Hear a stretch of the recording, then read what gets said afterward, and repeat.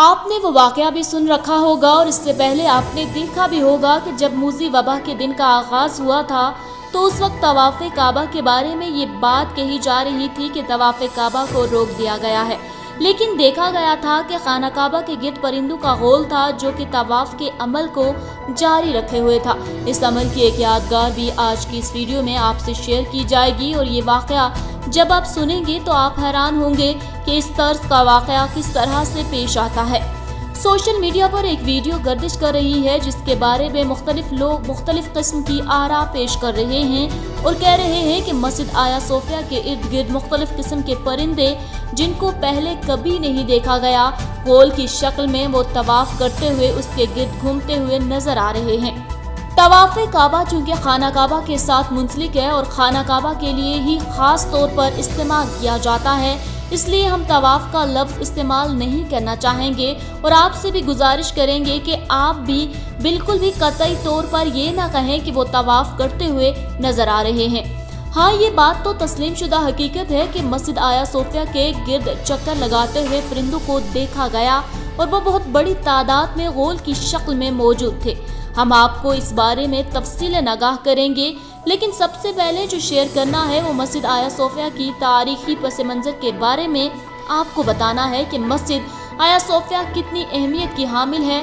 آپ حیران ہوں گے کہ ترکی کے صدر رجب طیب اردوان نے استنبول کی تاریخی اہمیت کی حامل عمارت تھی جس کو مسجد میں تبدیل کرنے کے صدارتی حکم نامے پر دستخط کر دیے تھے اور پھر اسے دستخط کے بعد شامل بھی کر لیا گیا تھا، اور ترکی کے صدر نے یونیسکو کی عالمی تاریخی ورثے میں شامل اس مقام کو مسجد میں تبدیل کرنے کی تجویز دی تھی۔ آیا صوفیہ مسیحی بازنطینی اور مسلمان سلطنت عثمانیہ دونوں کے لیے بنیادی اہمیت کی حامل ہے، مشہور ترین عمارتوں میں شامل ہے اور سیاحوں کے لیے انتہائی کشش کی حامل یہ تاریخی عمارت ہے۔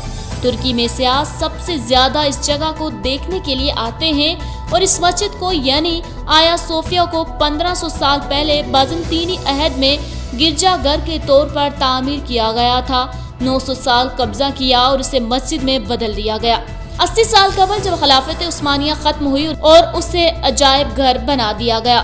یہ معروف عمارت استنبول کے فیر ڈسٹرکٹ میں سمندر کے کنارے واقع ہے۔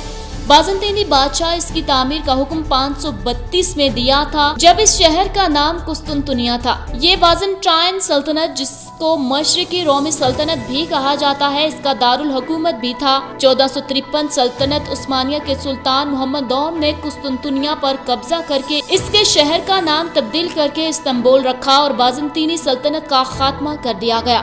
تقریباً 900 سال آرتھوڈاکس چرچ رہنے والی آیا صوفیہ میں جب سلطان محمد دوم داخل ہوئے تو اس وقت انہوں نے اصرار کیا تھا کہ اس کے تعمیر نو کی جائے اور اسے ایک مسجد بنایا جائے۔ انہوں نے اس میں جمعے کی نماز پڑھائی۔ ترکی میں قدامت پرست مذہبی رہنما اور قوم پرست برسوں سے اس حقیقت کو مضبوط بنانے کے لیے دباؤ ڈال رہے تھے کہ آیا صوفیہ کا بڑا گنبد استنبول کے منظر کا لازمی حصہ ہے جہاں ہر سال 30 لاکھ سیاح آتے ہیں۔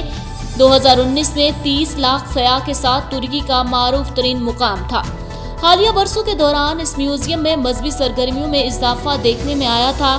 خیر، اس پر تنقید بھی ہو رہی تھی، لیکن بنیادی طور پر ہمارا مقصد اس تنقید کے بارے میں ذکر کرنا نہیں ہے بلکہ اس کے بارے میں ذکر کرنا ہے جس کی ایک ویڈیو سامنے آئی ہے۔ اس ویڈیو میں واضح طور پر دیکھا جا سکتا ہے کہ پرندوں کا ایک غول ہے جس کو پہلے کبھی نہیں دیکھا گیا۔ وہ مسجد آیا صوفیہ کے گرد چکر لگا رہے ہیں۔ کہا یہ جا رہا تھا کہ گزشتہ دنوں شام کے وقت پرندے وہاں پر چکر لگا رہے تھے۔